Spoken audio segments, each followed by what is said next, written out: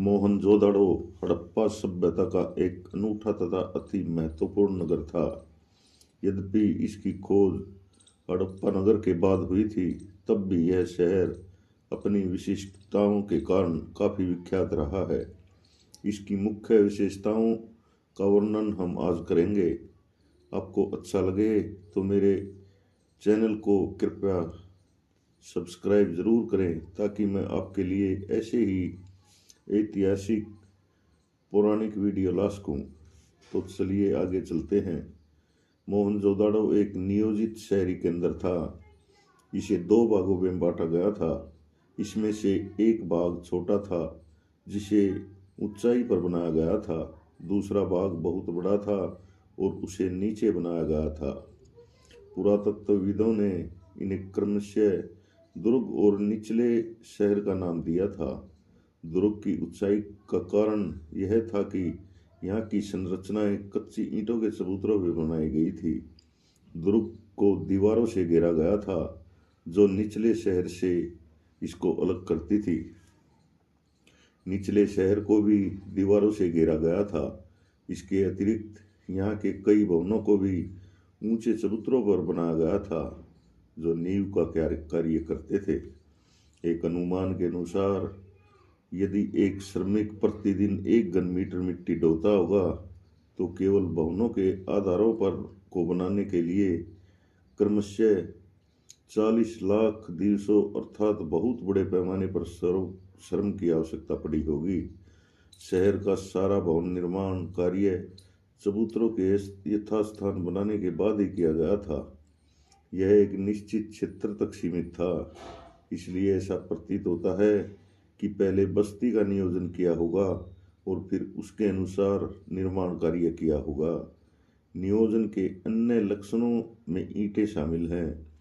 भले ही ये धूप में सुखाकर बनाई गई हों अथवा भट्ठी में पकाकर बनाई गई हों, ये आकार में एक निश्चित अनुपात में होती थी।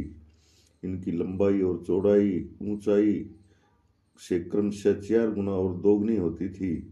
इस प्रकार की ईंटें सभी हड़प्पा बस्तियों में प्रयोग में लाई जाती थी। मोहनजोदाड़ो की जल निकासी प्रणाली भी नियोजित थी। शहर की सड़कों तथा गलियों को लगभग ग्रिड पद्धति में बनाया गया था और ये एक दूसरे को समकोण पर काटती थी। ऐसा जान पड़ता है कि पहले नालियों के साथ गलियों को बनाया गया था और फिर उसके साथ साथ घरों का निर्माण किया गया था। यदि घरों के गंदे पानी को गलियों की नालियों में जोड़ना होता था, तो प्रत्येक घर की कम से कम एक दीवार का गली के साथ सटा होना आवश्यक था। मोहनजोदाड़ो के निचले शहर में आवासीय भवनों का विस्तार था। इनमें से कई आवासों के मध्य में एक आंगन था, जिसके चारों ओर कमरे बने हुए थे। संभवतः आंगन खाना पकाने और कताई करने जैसी गतिविधियों का केंद्र था, विशेषकर गर्म और शुष्क मौसम में। आवासों का एक अन्य रोचक पहलू यह था कि इनका निर्माण करते समय लोग अपनी एकांतता का पूरा महत्व देते थे। इस उद्देश्य से भूमि तल पर बनी दीवारों में खिड़कियां नहीं रखी जाती थी। इसके अतिरिक्त मुख्य द्वार से घर के आंतरिक भाग अथवा आंगन को नहीं देखा जा सकता था। हर घर का ईंटों के फर्श से बना अपना एक अलग से स्नानागार होता था। इसकी नालियां दीवार के माध्यम से सड़कों की नालियों से जुड़ी हुई थी। कुछ घरों में दूसरे तल या छत पर जाने के लिए सीढ़ियां बनाई गई थी। कई आवासों में कुएं भी थे। कुएं एक ऐसे कक्ष में बनाए गए थे जिसमें बाहर से आया जा सकता था। इसका प्रयोग संभवतः राहगीरों द्वारा किया जाता था। विद्वानों ने अनुमान लगाया कि मोहनजोदाड़ो में कुओं की कुल संख्या लगभग 700 थी। नगर के दुर्ग पर ऐसी संरचनाएं मिली हैं जिनका प्रयोग संभवतः विशिष्ट सार्वजनिक प्रयोजन के लिए किया जाता था। इनमें एक महत्वपूर्ण संरचना माल गोदाम है। यह एक विशाल संरचना है, परंतु आज इसके ईंटों के से बने केवल निचले हिस्से ही शेष रह गए हैं, जबकि ऊपरी हिस्से नष्ट हो गए हैं। ये हिस्से संभवतः लकड़ी के बने हुए थे। दूसरी संरचना विशाल स्नानागार है। विशाल स्नानागार दुर्ग के आंगन में बना एक आयताकार जलाशय है। यह चारों ओर से एक गलियारे से घिरा हुआ है। जलाशय के तल तक जाने के लिए इसके ऊपरी तथा दक्षिण भाग में दो सीढ़ियां बनाई गई हैं। जलाशय के किनारों पर ईंटें जमा कर तथा जिप्सम के गारे का प्रयोग करके जलबद्ध किया गया है। इसके 3 और कक्ष बने हुए हैं। इसमें से एक कक्ष में एक बड़ा कुआं है। जलाशय से पानी एक बड़े नाले में बहा जाता था। इसके उत्तर में एक गली के पार अपेक्षाकृत एक छोटी संरचना बनी हुई थी, जिसमें 8 स्नानागार बनाए गए थे। एक गलियारे के दोनों ओर 4-4 स्नानागार बने थे। प्रत्येक स्नानागार में से नालियां गलियारे के साथ साथ बने एक नाले में मिलती थी। विद्वानों का मत है कि विशाल स्नानागार का प्रयोग किसी विशेष अनुष्ठानिक स्नान के लिए किया जाता था। हड़प्पा सभ्यता के नगर तथा बस्तियां नियोजित थी। वहाँ कई प्रकार के शिल्प उत्पादन होते थे, जिनके लिए कच्चा माल दूर दूर से आता था। कृषि बस्तियां भी विकसित हो रही थी। ये सभी कार्य किसी शासक वर्ग द्वारा ही किए जा सकते थे।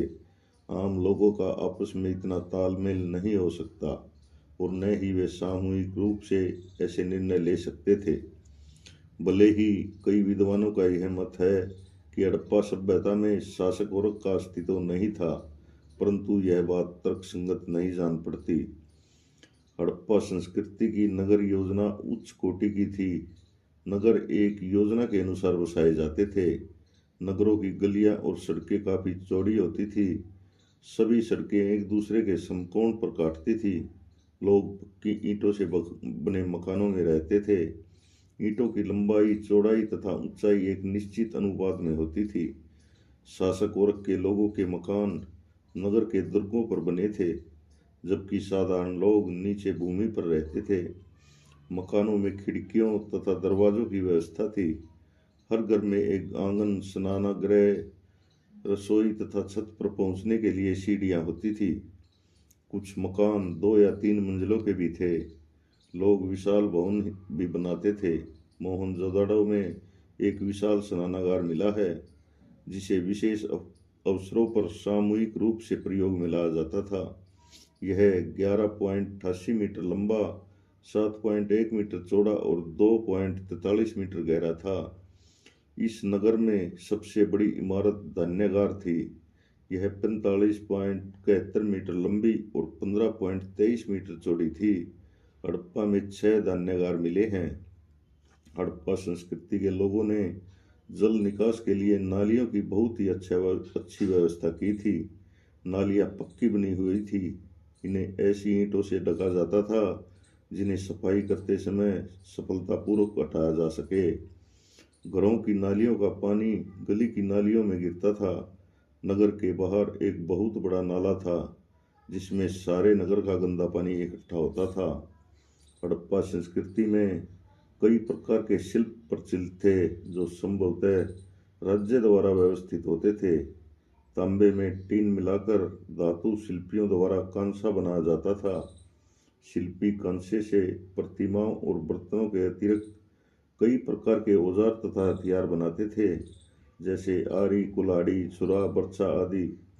खुदाई में जो वस्तुएं मिली हैं, उनसे पता चलता है कि हड़प्पा के नगरों में कई अन्य महत्वपूर्ण शिल्प थे। लोग ऊन तथा सूत काटने के लिए तकलियों का प्रयोग करते थे। वहां पर मिले ईंटों के विशाल भवन इस बात के प्रमाण हैं कि स्थापत्य वहां के लोगों के लिए एक महत्वपूर्ण शिल्प था। हड़प्पा के लोगों नावों के निर्माण भी करते थे। वे लोग मुद्रा निर्माण यानी कि मिट्टी की मोहरें और मूर्तियों निर्माण में काफी कुशल थे। कुछ सोने, चांदी तथा रत्नों के आभूषण आदि भी बनाते थे। हड़प्पा के कारीगर मणियों के निर्माण में भी निपुण थे। वे मिट्टी के बने बर्तन बनाने की कला से भी परिचित थे। उनके द्वारा बनाए गए मिट्टी के बर्तन चिकने तथा चमकीले होते थे। शिल्पियों के लिए कुछ कच्चा माल स्थानीय रूप से उपलब्ध था। इसमें शंख, सेलखड़ी, लाजवर्द, मणि आदि शामिल थे। अतः राज्य की ओर से स्थानीय लोग कच्चे माल के समीप बस्तियां बनाते थे। शासक देश के विभिन्न भागों से कच्चा माल प्राप्त करने के लिए अभियान भेजते थे। उदाहरण के लिए राजस्थान के खेतड़ी अंचल में तांबे के लिए तथा दक्षिण भारत में सोना प्राप्ति के लिए अभियान भेजे जाते थे। शासक लोग लंबी दूरी से संपर्क भी स्थापित करते थे। इन संपर्कों द्वारा मुख्य रूप से तांबा मंगवाया जाता था। इस बात के कई प्रमाण मिले हैं कि अरब प्रायद्वीप के दक्षिण पश्चिमी छोर पर स्थित ओमान से हड़प्पाई बस्तियों में तांबा आता था। तो दोस्तों, ये थी हड़प्पा सभ्यता की संस्कृति के कुछ अंश। आशा है ये आपको अच्छे लगे होंगे। अच्छे लगे हों तो मेरे वीडियो को कृपया सब्सक्राइब ज़रूर करें, ताकि मैं आगे भी आपके लिए ऐसे ही वीडियो ला सकूँ। धन्यवाद। जय हिंद, जय भारत।